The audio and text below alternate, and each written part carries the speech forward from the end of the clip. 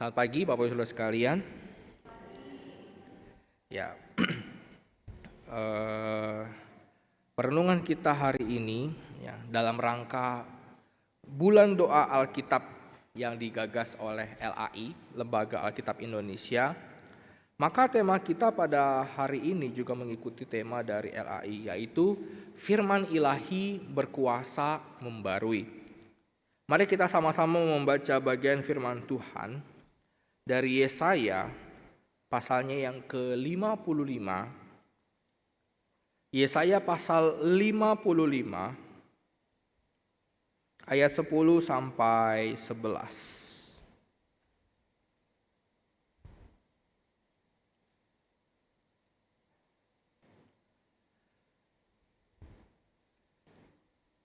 Yesaya 55 ayat 10 sampai 11. Nah, jikalau Bapak Ibu sudah menemukannya, silahkan menyimak dari Alkitab masing-masing. Saya akan membacakan bagi kita sekalian, dan yang akan saya bacakan adalah dari versi terjemahan baru yang kedua. Yesaya 55 ayat 10 sampai 11. Demikian bunyi firman Tuhan. Sebab seperti hujan dan salju turun dari langit dan tidak kembali ke situ, tetapi mengairi bumi, membuatnya subur dan menumbuhkan tanaman, memberikan benih kepada penabur dan makanan kepada orang yang mau makan. Demikianlah firman-Ku yang keluar dari mulut-Ku. Ia tidak akan kembali kepadaku dengan sia-sia, tetapi akan melaksanakan apa yang Ku kehendaki dan akan berhasil dalam apa yang Kusuruhkan kepadanya. Sedemikian jauh pembacaan firman Tuhan kita pada pagi hari ini. Nah, Bapak Ibu sekalian, beberapa hari terakhir pemberitaan di media sosial cukup viral tentang sebuah film, ya, film yang katanya dilarang tayang begitu ya, karena tidak sesuai dengan ajaran tertentu. Pasti tahu kan film apa? His Only Son. Ada yang sudah nonton? Kalau sudah, puji Tuhan. Ada yang belum? Sayang sekali di bioskop sudah nggak ada begitu ya. Nah, film His Only Son ini kita tahu bercerita tentang kisah Abraham begitu ya, yang disuruh Tuhan untuk mempersembahkan anaknya satu-satunya, yaitu Ishak.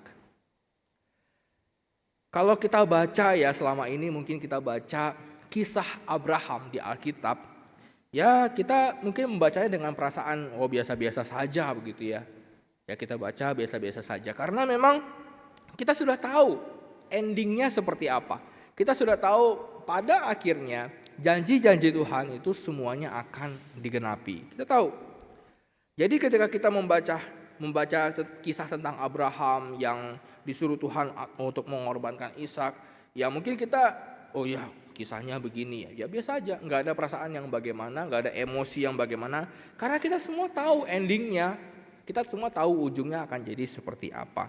Tapi kemudian di dalam film His Only Son ini luar biasa, jadi artisnya itu bisa menggambarkan emosinya begitu ya. Abraham dengan istrinya Sarah itu betul-betul menggambarkan kondisi dengan baik, kondisi pada saat itu. Jadi emosinya ada, kesedihannya ada, keputusasaan, semuanya ada begitu ya.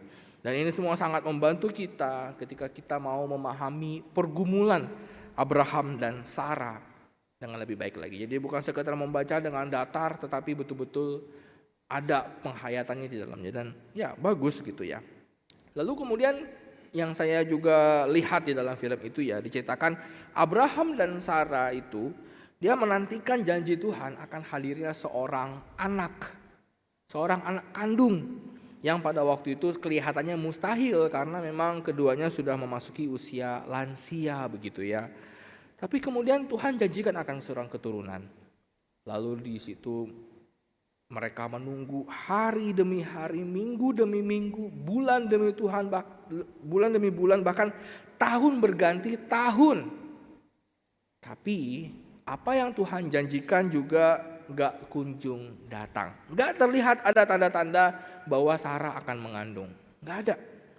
Ya mungkin pernah terlintas dalam benak mereka, khususnya Sarah begitu ya, terlintas dalam pikirannya, mana ini janji Tuhan?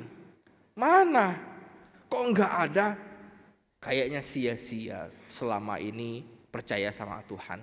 Kayaknya sia-sia selama bertahun-tahun ini dihabiskan dengan berharap kepada janji Tuhan. Kayaknya sia-sia percaya kepada firman Tuhan. Mungkin benak mereka isinya seperti itu begitu ya. Tapi akhirnya setelah menunggu selama 25 tahun, barulah muncul yang dijanji-janjikan itu. Barulah janji Tuhan akan seorang keturunan itu digenapi. Setelah menunggu 25 tahun, Ishak lahir ke dunia. Nah, Bapak sekalian, sekali lagi kalau kita baca 25 tahun, biasa mungkin. Tapi sesungguhnya kita lihat 25 tahun itu bukan waktu yang sebentar. Panjang sekali 25 tahun itu. Saudara bayangkan, misalnya kita punya tetangga. Tetangga itu pengantin baru dan wah puji Tuhan baru dikaruniai seorang anak gitu ya. Dikaruniai seorang anak. Kemudian karena tetangga kita sering interaksi dengan mereka.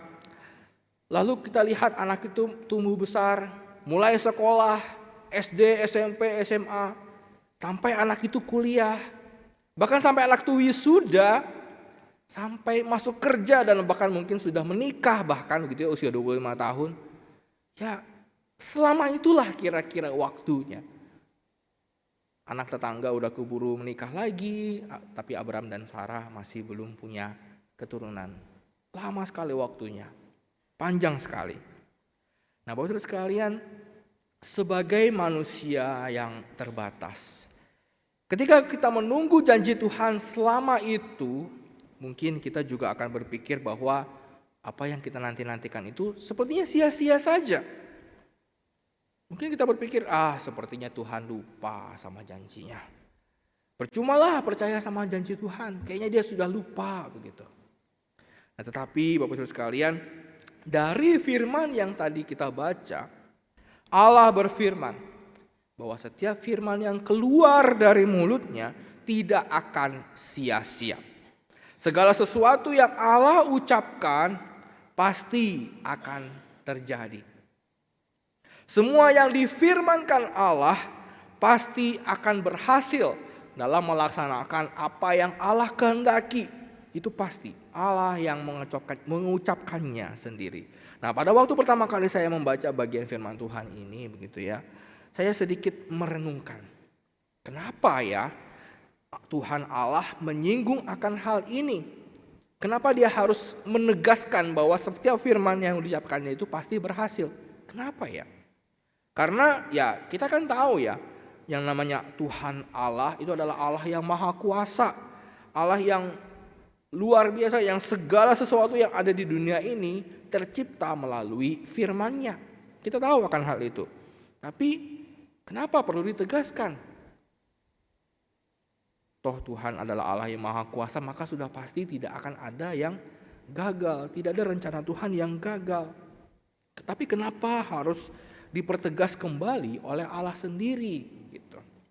Nah, rupanya Bapak-Saudara sekalian, Allah kembali menegaskan akan hal ini itu karena adanya orang-orang Israel yang mulai ragu akan janji Tuhan bahwa mereka itu akan segera dibebaskan dari pembuangan. Kita tahu kan bangsa Israel pada waktu itu mereka hidup di Kanaan, tapi kemudian Tuhan menghukum mereka dan membuang mereka, diasingkan dari tanah mereka ke Babel. Nah, selama di Babel itu mereka menanti-nantikan janji Tuhan. Kapan mereka akan pulang? Kapan mereka akan kembali ke tanah perjanjian? Mereka tahu ada janji Tuhan bahwa mereka akan kembali, tapi mungkin tanda-tandanya nggak kelihatan begitu ya. Sampai akhirnya mereka mulai ragu. Mereka mulai merasa, ada yang merasa dirinya diabaikan oleh Allah. Wah, jangan-jangan Allah sudah lupa sama kita begitu. Lalu kemudian ada juga yang berpikir, mungkin Allah memang berkuasa, tetapi kuasanya itu tidak lebih hebat daripada ilah-ilah orang Babel, dewa-dewa yang ada di Babel. Makanya orang Israel bisa dikalahkan. Nah, karena pada zaman dulu Bapak Ibu, ketika orang berperang itu bukan cuma berperang antar kerajaan. Tetapi ketika orang zaman dulu berperang itu juga peperangan antar dewa gitu ya, antar ilah. Jadi yang mana dewanya lebih hebat, dia pasti menang begitu. Makanya ketika Israel dikalahkan, ada yang berpikir, wah jangan-jangan dewanya Babel lebih kuat daripada Allah Yahweh. Ada yang berpikir seperti itu. Nah jadi makanya ketika mereka sudah di sana, mereka menunggu tanda-tanda kepulangan, tapi nggak ada gitu. Tanda-tanda kepulangan tak kunjung terlihat, makanya mereka mulai ragu begitu ya. Tapi kemudian ketika mereka sedang pesimis, orang-orang Israel pesimis, Tuhan kembali meneguhkan dan memberikan harapan yang baru kepada mereka melalui nubuatan yang tercantum di dalam kitab Yesaya yang tadi kita baca gitu ya. Orang Israel kembali diingatkan akan siapa Allah itu.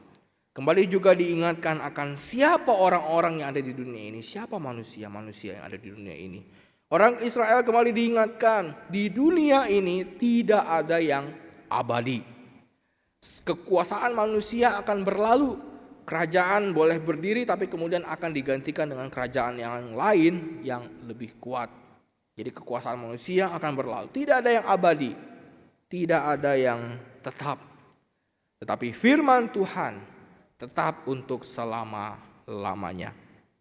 Dan pada akhirnya ketika kita membaca kisah ini begitu ya, kita bisa melihat pada akhirnya semua nubuatan di kitab Yesaya itu digenapi. Kita bisa melihat semua nubuatan dalam kitab Yesaya itu pada akhirnya digenapi.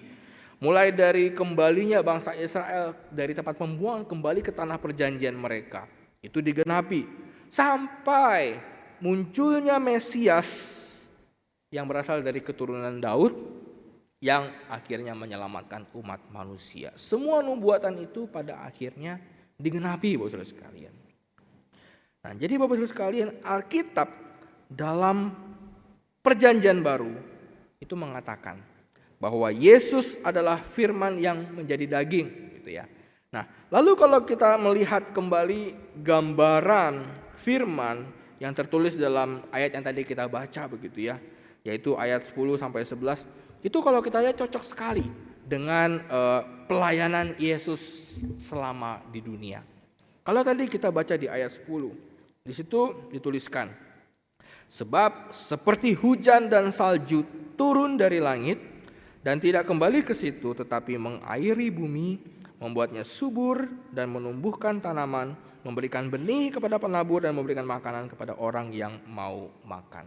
Nah, Bapak Saudara kalian, Yesus ketika datang ke dunia ini, dia cuma bukan datang sekedar datang begitu ya. Orang-orang di dunia terbagi, biasanya zaman dulu terbagi menjadi dua golongan, dua wilayah begitu, wilayah barat, wilayah timur. Orang-orang di belahan dunia timur, mereka sibuk mencari jalan. Jalan kemana? Jalan menuju keselamatan, jalan menuju kehidupan kekal. Ya pokoknya mencari jalan kebenaran begitu, jalan yang bagaimana caranya gitu ya. Maka mereka, tidak sedikit dari mereka yang lahir pemikir-pemikir yang mengajarkan kita harus begini, begini dan begini. Dari belahan dunia timur, dari Congko misalnya ya.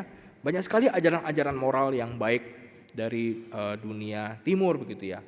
Lalu orang-orang di dunia barat Bapak Saudara sekalian, mereka sibuk mencari kebenaran. Kebenaran akan kehidupan yang kekal, kebenaran akan kehidupan setelah kematian. Dan tidak heran ya, itulah sebabnya kita tidak heran ketika kita melihat di dunia barat banyak sekali muncul filsuf-filsuf dan pemikir-pemikir yang hebat-hebat. Jadi kita lihat Bapak Saudara sekalian, orang-orang di dunia mereka haus dan lapar akan kebenaran. Mereka sibuk mencari bagaimana sih kehidupan yang kekal itu. Maka mereka ada yang mencari jalan, ada yang mencari kebenaran.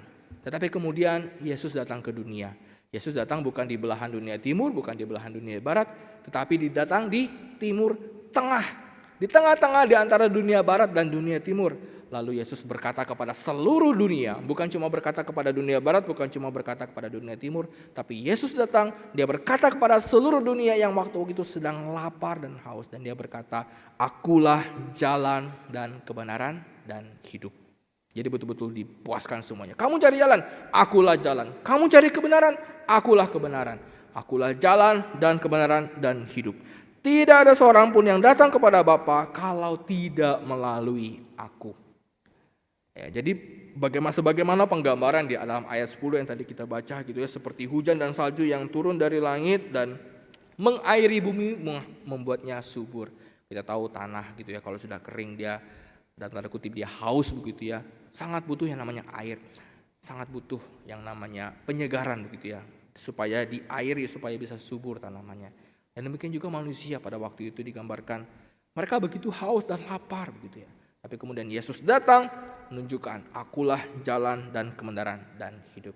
Nah, Bapak sekalian, Yesus itu masih banyak lagi hal-hal yang diajarkan oleh Tuhan Yesus kepada orang-orang yang ada di dunia selama pelayanannya di dunia ini begitu ya.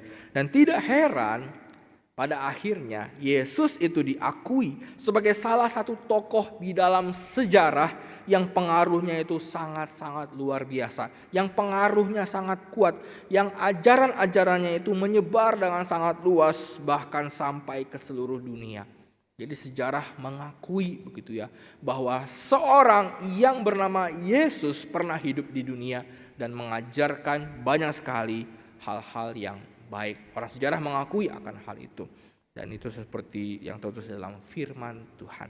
Nah, kemudian di dalam ayat 11 firman Tuhan berkata, demikianlah firmanku yang keluar dari mulutku, ia tidak akan kembali kepadaku dengan sia-sia, tetapi akan melaksanakan apa yang ku kehendaki dan akan berhasil dalam apa yang kusuruhkan kepadanya. Dan Bapak sekalian, Yesus Kristus ketika dia bangkit kembali dan kemudian naik ke surga, dia telah melaksanakan apa yang Bapa kehendaki. Dan dia telah berhasil. Kita tahu berkali-kali Yesus berkata gitu ya kepada pengikutnya, aku melakukan kehendak Bapakku yang mengutus aku, begitu kan? Nah, jadi betul ketika Yesus kembali kepada Bapa, dia itu telah berhasil, dia melaksanakan apa yang Bapa kehendaki, begitu ya. Nah, dari sejak kelahiran Yesus Kristus sampai kepada penggenapan nubuat para nabi yang digenapi melalui dirinya, dan sampai dia mati di atas kayu salib, lalu kemudian dia bangkit dan naik ke surga. Nah, di dalam semuanya itu sepanjang kehidupan Tuhan Yesus selama di dunia, kehendak Bapa telah terlaksana dengan tuntas. Melalui kehidupan Yesus, melalui pelayanan Yesus di sepanjang selama dia di dunia ini, kehendak Bapa telah terlaksana dengan berhasil. Jadi kita lihat betapa luar biasanya bukan firman Tuhan kita ini. Nah, Bapak Saudara sekalian, sekarang pada masa kini, pada hari ini, setelah Yesus naik ke surga, setelah Yesus kembali kepada Bapa, maka firman yang ada pada kita adalah firman yang tertulis.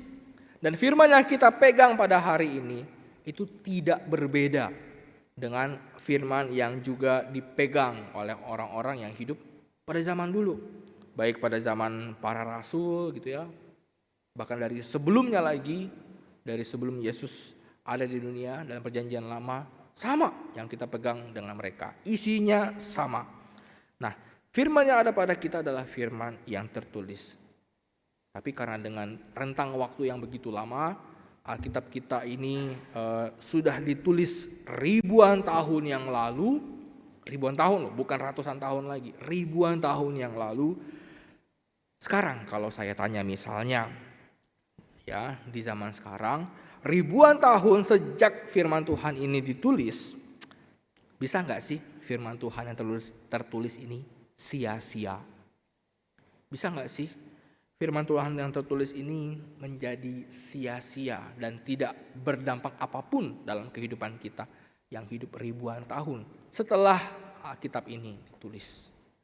Nah, Bapak Saudara sekalian, kelihatannya mungkin bisa sia-sia kelihatannya gitu ya. Nah, kenapa bisa demikian? Kenapa saya juga bisa pernah berpikir seperti itu? Jadi beberapa tahun yang lalu, sekitar mungkin 10 tahunan yang lalu, 10 tahun, oh bukan, berarti 12-13 tahun yang lalu begitu ya. Saya di sekolah itu melihat ada satu dus yang entah sejak kapan ada di tempat satu sudut sekolah, kena hujan, kena panas, dan akhirnya terbuka begitu ya, kardusnya rusak dan isinya keluar. Dan setelah isinya terkeluar begitu ya, betapa terkejutnya saya, ternyata isinya itu adalah Alkitab kecil yang dari Gideon itu. Pernah lihat kan? Yang isinya Perjanjian Baru, Mazmur dan Amsal. Pernah lihat kan? Kitab-kitab kecil itu. Jadi kitab itu kan memang dibagi-bagikan gitu ya ke berbagai sekolah oleh Gideon. Nah, Alkitab itu diletakkan begitu saja, kena hujan, kena panas, dan akhirnya rusak, dan ya mau tidak mau dibuang begitu kan. Nah, lalu saya berpikir, wah sia-sia dong ya Alkitab ini sudah dibuat gitu ya. Meskipun mungkin memang ya ketika pertama kali diterima oleh sekolah ya digunakan oleh para siswanya, tapi kemudian terlupakan begitu ya, diletakkan dan terlupakan dan akhirnya rusak dan dibuang. Wah, sia-sia dong ya. Sia-sia. Nah, lalu kemudian muncul pertanyaan begitu ya. Apakah berarti di zaman sekarang itu ada firman Tuhan yang sia-sia? Apakah berarti di zaman sekarang ada firman Tuhan yang enggak 100% berhasil begitu ya? Jadi kalau di zaman dulu oke lah firman Tuhan 100% berhasil. Tapi di zaman sekarang berarti enggak 100% berhasil karena ada yang terbuang sia-sia begitu ya. Apakah seperti itu pengertiannya Bapak Saudara sekalian? Nah, untuk menjawab pertanyaan ini pertama-tama kita harus pahami dulu Bapak Saudara sekalian. Alkitab kita, kalau misalnya kita bilang Alkitab ini berisi firman Allah atau Alkitab adalah firman Allah. Nah, waktu saya masih di STT begitu ya, dosen melemparkan pertanyaan ini. Ayo menurut kalian Alkitab itu berisi firman Allah atau Alkitab adalah firman Allah? Tentu ini dua hal yang berbeda kan Bapak Ibu. Tidak sama. Alkitab berisi firman Allah atau Alkitab adalah firman Allah. Nah, sekarang coba saya secara singkat aja nanya kepada Bapak Ibu. Siapa di antara Bapak Ibu yang mengatakan bahwa Alkitab berisi firman Allah? Coba angkat tangan. Oke, sebagian kecil ada. Sekarang siapa di antara Bapak Ibu yang mengatakan Alkitab adalah firman Allah? Boleh angkat tangan? Puji Tuhan, puji Tuhan. Siapa lagi? Puji Tuhan. Cukup banyak ya.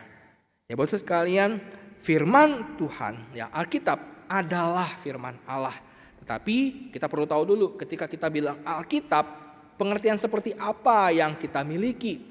Kalau kita bilang Alkitab, apakah Alkitab itu adalah buku ini? Ini buku ini namanya Alkitab begitu ya.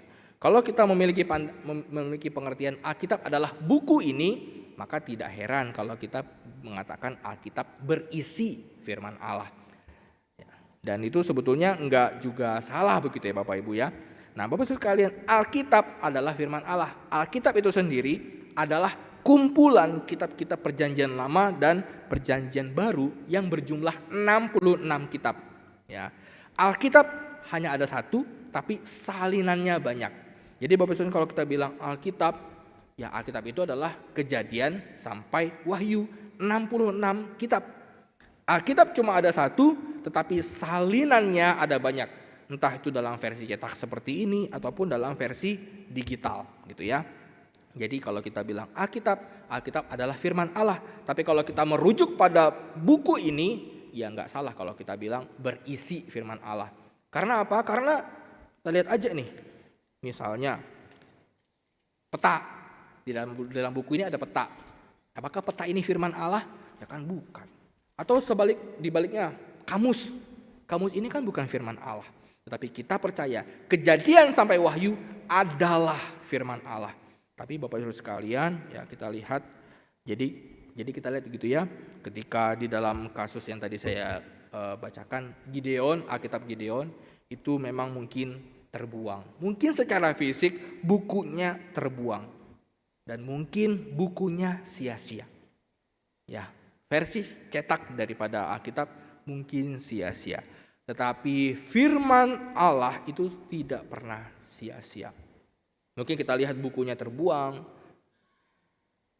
dan kita merasa wah sayang ya bukunya sia-sia. Ya mungkin secara fisik bukunya itu sia-sia. Tetapi secara esensi firman Tuhan itu tidak pernah sia-sia. Kenapa Bapak Ibu sekalian? Karena firman Tuhan itu kan disampaikan kepada penerima pertama.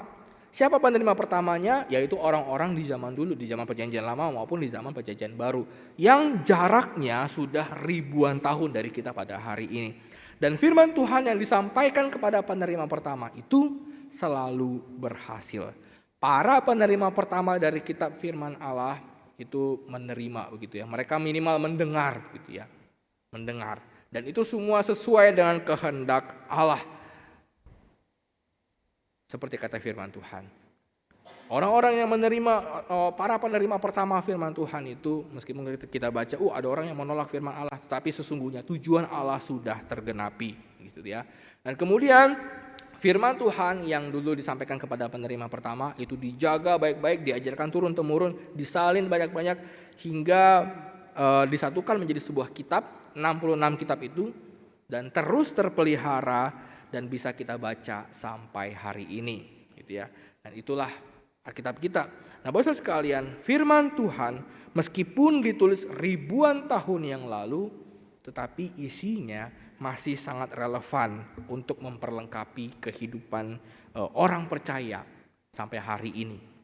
Ya, Alkitab bukanlah dongeng atau fiksi belaka. Karena peristiwa-peristiwa yang tercatat dalam Alkitab itu benar-benar pernah terjadi, orang-orang yang ada tercatat juga di dalam sejarah, dan catatan tentang peristiwa-peristiwa itu terjaga sampai hari ini dan kita bisa membacanya. Nah, jadi Bapak sekalian, sekarang kita sudah tahu jawabannya gitu ya. Kalau misalnya ada yang tanya, apakah di zaman sekarang ada firman Tuhan yang sia-sia, yang tidak 100% berhasil? Jawabannya tidak, Bapak sekalian. Firman Tuhan tidak ada yang sia-sia. Firman Tuhan selalu berhasil melaksanakan apa yang Allah kehendaki. Secara fisik mungkin sia-sia, tetapi secara esensi tidak. Firman Tuhan selalu berhasil melaksanakan apa yang Allah kehendaki. Itu yang pertama. Nah, yang kedua Bapak sekalian, kita perlu memahami juga ya mengenai firman Tuhan. Kita harus memahami bahwa firman Tuhan itu seluruhnya berotoritas. Dari Kejadian sampai Wahyu itu berotoritas, berkuasa, diwahyukan langsung oleh Tuhan. Kenapa saya katakan ini Bapak Saudara sekalian? Karena begini, ada beberapa golongan di luar sana yang memiliki pandangan bahwa firman Tuhan itu enggak selalu berotoritas. Kita percaya Kejadian sampai Wahyu itu kan firman Tuhan. Tapi bagi golongan-golongan ini mereka mengatakan Kejadian sampai Wahyu enggak semuanya firman Tuhan. Tapi Kejadian sampai Wahyu berisi firman Tuhan. Pandangan mereka seperti itu, Bapak sekalian. Nah, pandangan ini biasanya disebut neo-ortodoks gitu ya. Ini istilah ya untuk kita tahu saja. Nah, pandangan neo-ortodoks ini mengatakan bahwa Alkitab berisi firman Tuhan. Berbeda dengan kita begitu ya. Nah, bagi mereka Alkitab itu menjadi firman Allah hanya ketika Allah menggunakan kata-katanya untuk mengarahkan seseorang kepada Kristus. Jadi bagi mereka itu ya, kalau misalnya firman Tuhan itu bukan berbicara tentang Kristus, itu bukan firman Tuhan. Itu hanya tulisan biasa. Tetapi kalau seseorang baca Alkitab, lalu dari pembacaan itu orang bisa mengatakan, wah ini Kristus. Berarti itu firman Allah.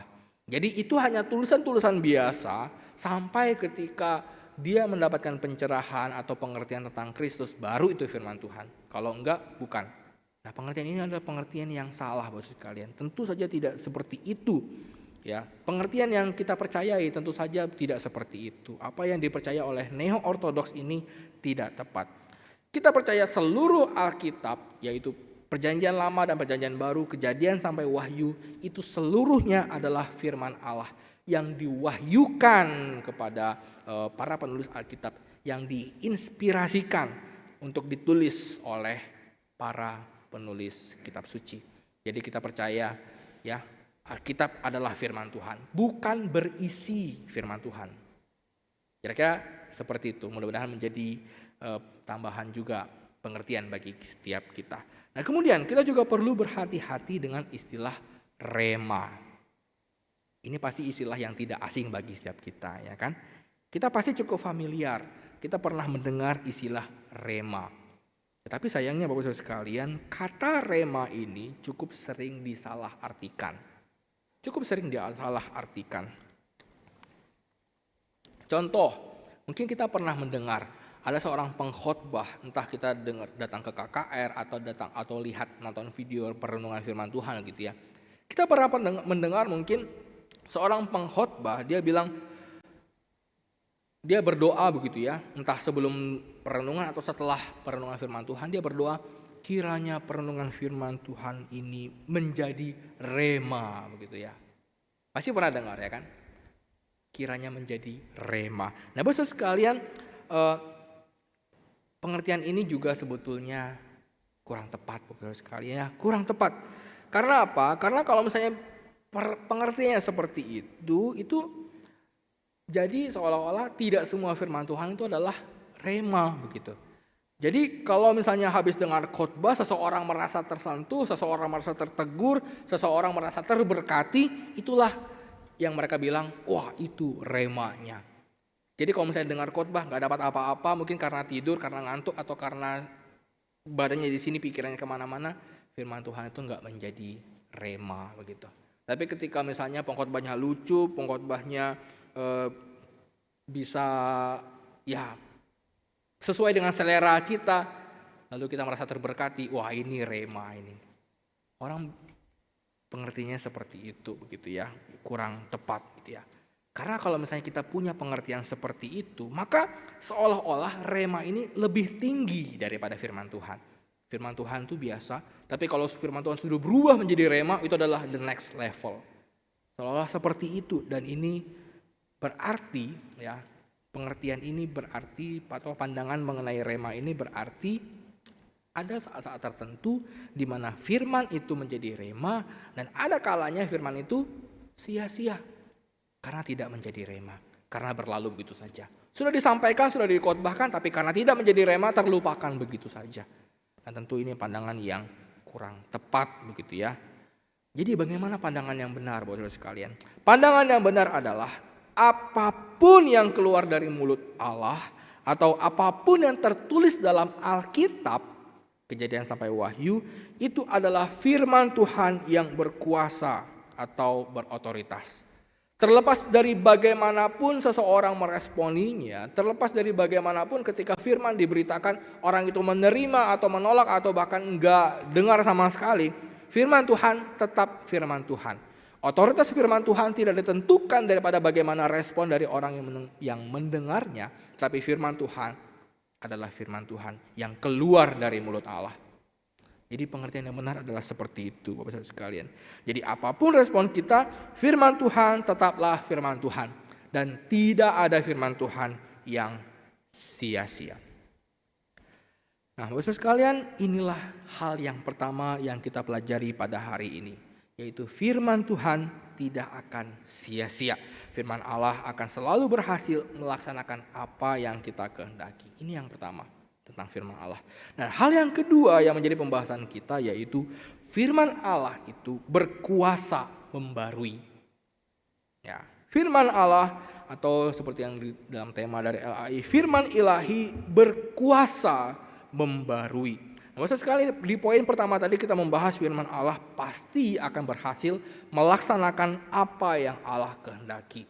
Oke, di zaman dulu memang berhasil, memang efek karena mungkin jarak waktu antara ketika Allah mengucapkan dengan manusia yang mendengarnya masih sangat dekat. Tapi setelah ribuan tahun, yaitu di zaman kita sekarang, apa sih yang menjadi kehendak Allah?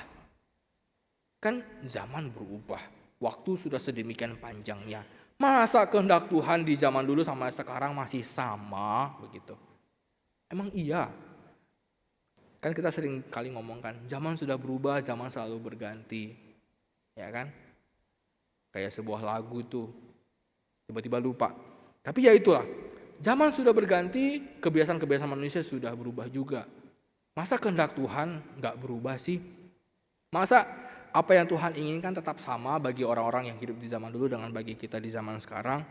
Jadi kita tanya aja, apa sih yang Allah kehendaki bagi kita melalui firman-Nya?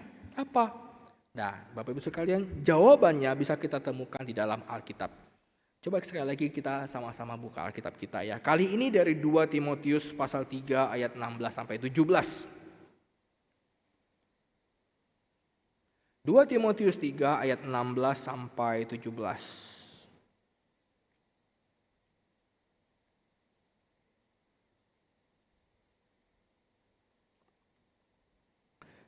Sudah menemukannya? Coba kita baca sama-sama ya kali ini ya. Kita baca sama-sama 2 Timotius 3 ayat 16 sampai 17. 1, 2, 3. Segala tulisan yang diilhamkan Allah memang bermanfaat untuk mengajar, untuk menyatakan kesalahan, untuk memperbaiki kelakuan, dan untuk mendidik orang dalam kebenaran. Dengan demikian, tiap-tiap manusia kepunyaan Allah diperlengkapi untuk setiap perbuatan baik. Nah, jelas ya Bapak Saudara sekalian, melalui firman Tuhan kita bisa mendapatkan beberapa manfaat. Yang pertama, mengajar. Nah, firman Tuhan itu memberikan tuntunan dan arahan. Firman Tuhan memberikan pengertian supaya orang yang tadinya belum mengerti menjadi mengerti. Dan firman Tuhan itu Bapak Saudara sekalian memberikan kita tuntunan untuk hidup, untuk bagaimana kita hidup sesuai dengan firman Tuhan.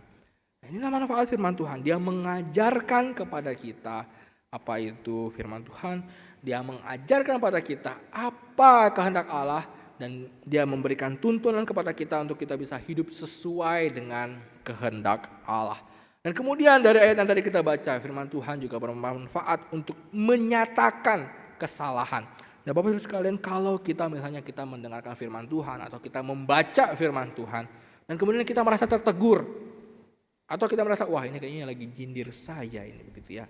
Nah kalau misalnya kita merasa tertegur, kita merasa kira-kira seperti hal yang mirip-mirip seperti itu, saya katakan bersyukurlah kalau kita merasa seperti itu. Kenapa? Karena itu artinya firman Tuhan itu bekerja dalam hati kita. Firman Tuhan disampaikan, kita terima dan bekerja, dan kemudian wah iya nih, kayaknya lagi negur saya ini begitu ya. Nah kadang Bapak Ibu sekalian, kesalahan diri kita itu tersembunyi di dalam hati kita, tersembunyi begitu di dalam hati kita. Entah kita sengaja sembunyikan atau memang tanpa kita sadari tersembunyi begitu saja dalam lubuk hati kita gitu ya. Tetapi firman Tuhan itu mampu menembus sampai ke kedalaman hati, sehingga firman Tuhan itu bisa menyatakan kesalahan kita, bisa memanggil kita untuk bertobat dari kesalahan kita. Dan itulah manfaat firman Tuhan. Kesalahan kita meskipun tersembunyi begitu dalamnya bisa disingkapkan melalui kebenaran firman Tuhan. Nah kemudian manfaat firman Tuhan selanjutnya memperbaiki kelakuan. Manusia yang tadinya rusak diperbaiki oleh firman Tuhan untuk menjadi lebih baik lagi. Dan bahkan bisa menjadi lebih indah dari sebelumnya. Jadi bukan hanya sekedar yang rusak ini diperbaiki, tapi bisa dijadikan lebih indah dari sebelumnya. Sekalian kita tentu tahu dan bahkan mungkin kita juga pernah mendengar ada banyak kesaksian-kesaksian dari orang-orang yang masa lalunya jelek, masa lalunya buruk, orang-orang pendosa. Tapi kemudian ketika dia mendengarkan firman Tuhan, dia betul-betul mendengarkan firman Tuhan, merenungkan firman Tuhan, dia bertobat. Dan bukan hanya sekadar bertobat, dia berubah menjadi lebih baik lagi, dan bahkan yang lebih baik lagi. Dia membawa orang-orang yang dulunya ada bersama-sama dengan dia, ada dalam kesalahan yang sama, ada dalam kumpulan yang sama, dia bawa orang-orang itu untuk bertobat. Itulah hal yang sungguh indah begitu ya.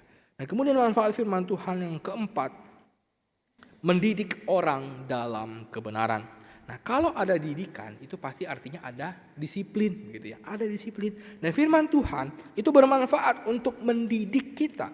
Kalau misalnya kita jalan dalam kehidupan kita, kita mulai belok, dipukul sama firman Tuhan, dipukul gitu ya sama firman Tuhan, supaya kita kembali kepada jalan yang benar, tidak terus-terus menyimpang, tetapi firman Tuhan mendidik kita dan mengembalikan kita kepada jalan yang benar. Inilah 4 manfaat dari firman Tuhan dari yang kita bahas dari 2 Timotius tadi, yaitu mengajar, menyatakan kesalahan, memperbaiki kelakuan, dan mendidik dalam kebenaran. Inilah manfaat daripada firman Tuhan. Dan semua manfaat ini dilakukan Allah melalui firman-Nya, supaya kita tuh siap untuk melakukan perbuatan baik. Dan inilah kehendak Allah. Dia memperlengkapi kita dengan 4 manfaat firman Tuhan. Supaya apa? Supaya kita bisa melakukan perbuatan baik. Inilah kehendak Allah untuk kita lakukan dalam kehidupan kita. Nah, Bapak Saudara sekalian, ini sudah 2023. Saya yakin kita semua pasti punya handphone, smartphone gitu ya. Entah Android, entah iPhone, kita pasti punya smartphone. Kalau kita lihat di dalam smartphone kita ada banyak aplikasi-aplikasi di dalamnya begitu. Ya nggak kelihatan ya. Ada banyak aplikasi-aplikasi di dalamnya. Kita lihat aplikasi-aplikasi ini kan tentu dibuat oleh developer, dibuat oleh orang yang membuat aplikasi. Nah, ketika perusahaan tertentu membuat aplikasi yang kita pakai, ya, setelah dia bikin aplikasi, dia sediakan di Play Store untuk di-download oleh orang, apakah si pembuat ini kemudian meninggalkan begitu saja, meninggalkan aplikasinya begitu saja? Kan enggak.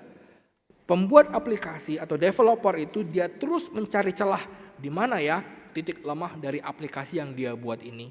Kenapa dia cari? Ya supaya titik-titik lemah itu bisa diperbaiki dan diperkuat. Supaya orang-orang yang memakai aplikasi itu bisa terus memakai aplikasi itu dengan optimal.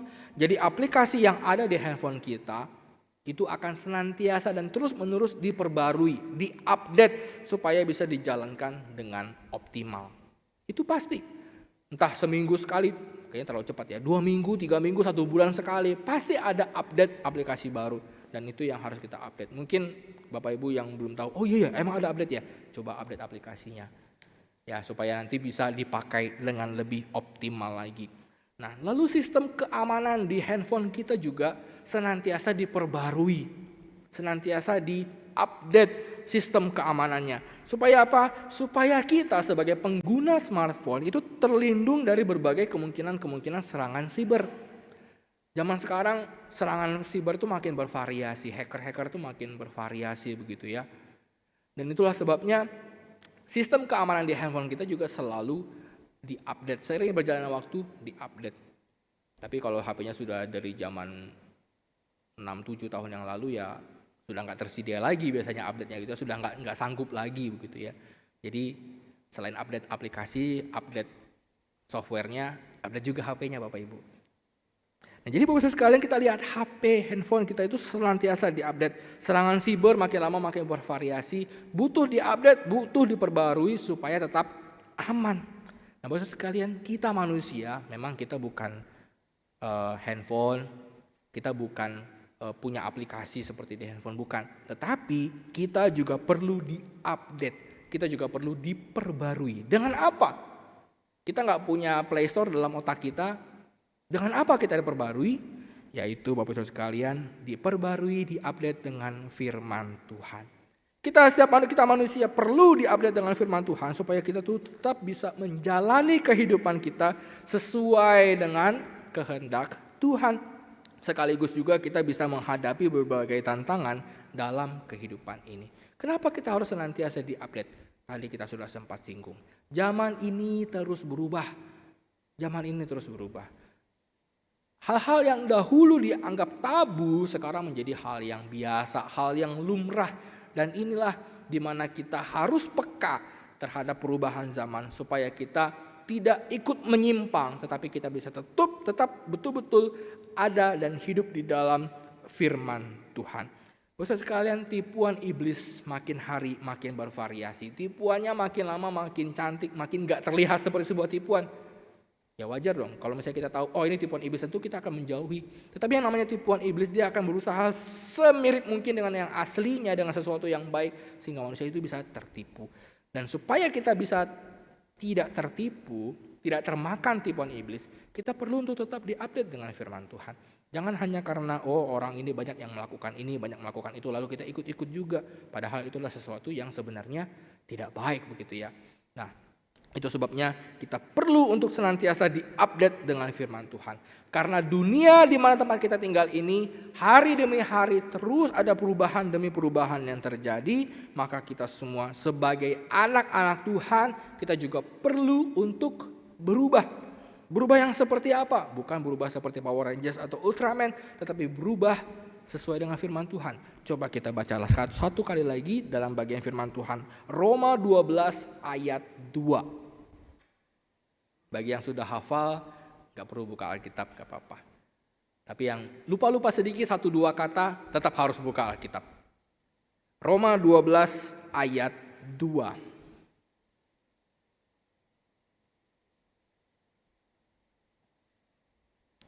Sudah menemukannya? Mari kita baca sama-sama ya. Roma 12 ayat 2. 1, 2, 3.